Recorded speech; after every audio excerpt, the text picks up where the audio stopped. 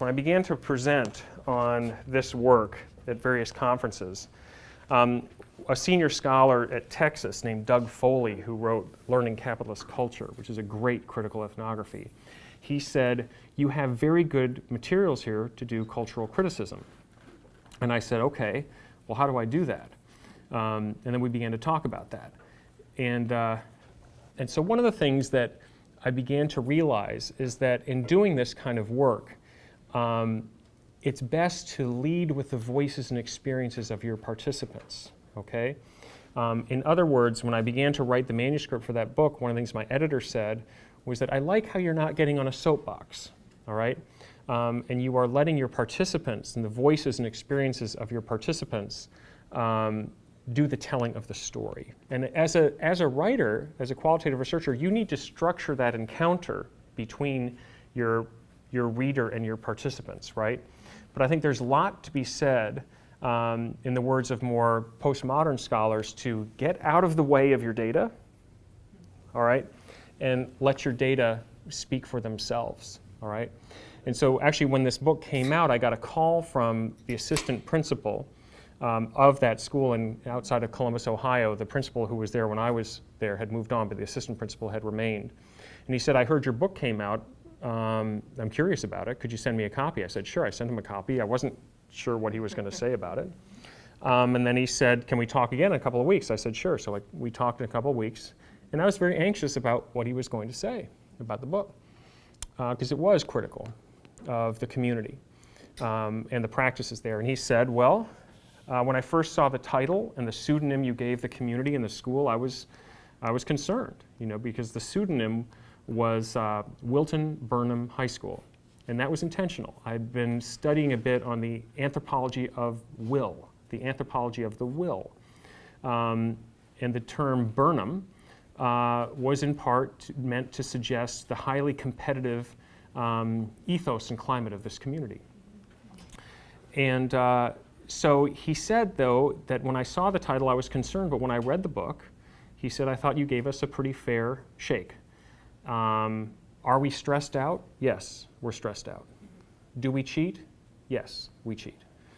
But he said what the book seems to capture is a dilemma that many schools face in the United States today, which is how to ensure authentic learning in a competitive world. And I thought, yes, you said it better than I did, right? I mean, that is the kind of dilemma.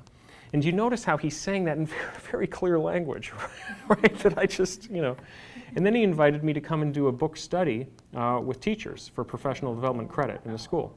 So I went down to Columbus and spent a day with teachers at the school talking about issues in the book and the extent to which they were still evident in the school and not. So you see what I'm trying to work towards there is, and I encourage all of you to think about this, is doing qualitative work that can have multiple purposes, right? It can have critical purposes, right, where you really are trying to illuminate the workings of power in the world and injustice in the world, right? But also doing work that is relevant to the needs of educators and leaders, right?